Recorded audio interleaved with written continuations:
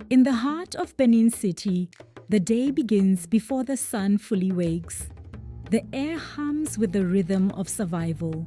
Hawkers calling, engines starting, children preparing for school. Inside a small house on Ugbowo Road, Mrs. Omoruyi ties her wrapper tight. Another day of hustle begins. Her children, Nosa and Osato, hurry to get ready, their uniforms freshly washed though slightly worn. Life has not been easy for the Omoruyi family, but in this house, faith is stronger than struggle, and hope never sleeps. Every sunrise in Benin comes with a question: who will make it through today? But for Mrs. Omoruyi, the answer is always the same. At New Benin Market, life beats to a different drum. The voices rise and fall like waves, prices negotiated, laughter shared, tempers flaring, deals sealed. Under a fading umbrella, Mrs. Omoruyi arranges her tomatoes, their colors bright against the dusty table. She has sold here for years, rain or shine, profit or loss. But business these days is slow. The economy has bitten deep and customers are careful. Madam, hope your tomatoes not cost oh. A customer asks. She smiles tiredly. Na small money oh, abeg make you buy. Still, she keeps her faith because every sale, no matter how small, means food for her children and maybe one day a better life. Across town, Nosa sits quietly at his desk. The teacher's voice echoes, but his mind drifts. He thinks of his mother at the market, of the rain that might fall and spoil her goods again. When the exam papers return, his score is low, too low. The teacher calls him aside. Nosa, you are a smart boy, but you're not focused. If you continue like this, you go repeat class or... Nosa nods, embarrassed. He doesn't lack intelligence, only peace of mind. The weight of responsibility presses too early on his young shoulders. Sometimes dreams fade quietly, not because we stop believing, but because life keeps interrupting. That evening, the sky opened without warning. The market flooded. Water ran through gutters, sweeping away crates, baskets, and hope. Mrs. Omoruyi tried to save her goods, but the rain was merciless. Tomatoes burst open under the downpour. In that moment, standing knee-deep in water, she felt the weight of every struggle she had fought alone. She dropped to her knees and whispered, Osanubwa, yamobauna. There, amid thunder and tears, the world seemed to stop, but her heart, her mother's heart, refused to break. Back home, the small room was dim. Candlelight flickered on the wall as Nosa watched his mother silently counting her losses. He stepped close, took her hand. Yeah. I will make you proud one day, I promise. Her eyes met his, tired but full of love. Omonogi, just do your best, my child. That's all I ask. Promises are easy to make, but for this boy, the words took root deep within. That night, as the rain whispered outside, something changed. A seed of determination began to grow. Days turned into weeks, but the memory of that rainy night refused to leave Nosa. One afternoon, their family friend Joseph stopped by, a local mechanic, his hands always stained with grease but his heart clean as water. Nosa, He said, dropping a small bag. now one old laptop when customer abandon. Maybe if he is and play around. Nosa's eyes lit up.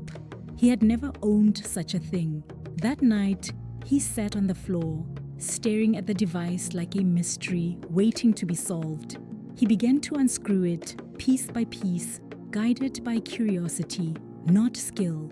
He failed, tried again, burned a wire, and tried again.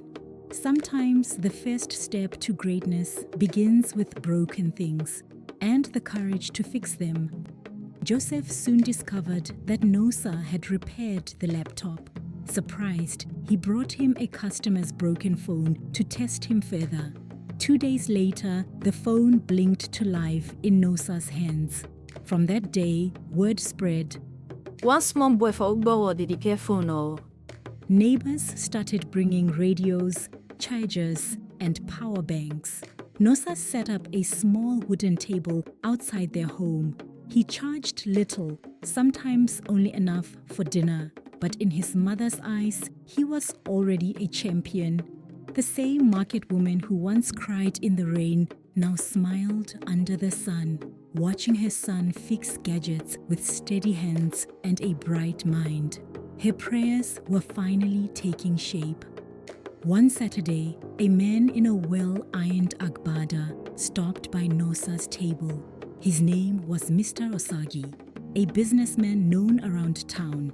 He had heard of the young boy fixing electronics without any formal training. He watched quietly as Nosa replaced a charging port and booted a dead phone back to life. Impressed, he said, Young man, you get talent oh. Who teach you this thing? Nosa smiled shyly. Nobody, sir. I just dey try small. Mr. Osagi nodded thoughtfully. You deserve better opportunity.